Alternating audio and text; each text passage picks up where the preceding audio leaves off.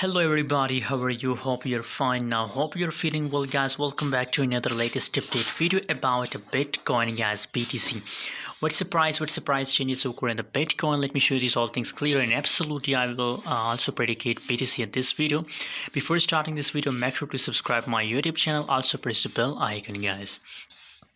So guys, 22,000 that's the current price of BTC, and you can see it now completely BTC or completely in a bearish market position, guys. They will again fast through 21,900, 21,800.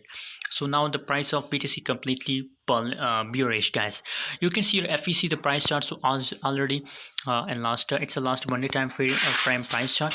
Already Bitcoin price pump highly, but now you can see your FEC, the volume. So gradually the volume decreasing, guys, and this situation also, as I told you guys, you can see here now completely BTC or completely dumping, guys. 21,900, as I told you, now the price are completely dumping. So it's the best time to open a short position in a BTC, guys, and approximate 21,500. It's a target for BTC that it will crash to 21,500, guys. By the way, what's your target for BTC?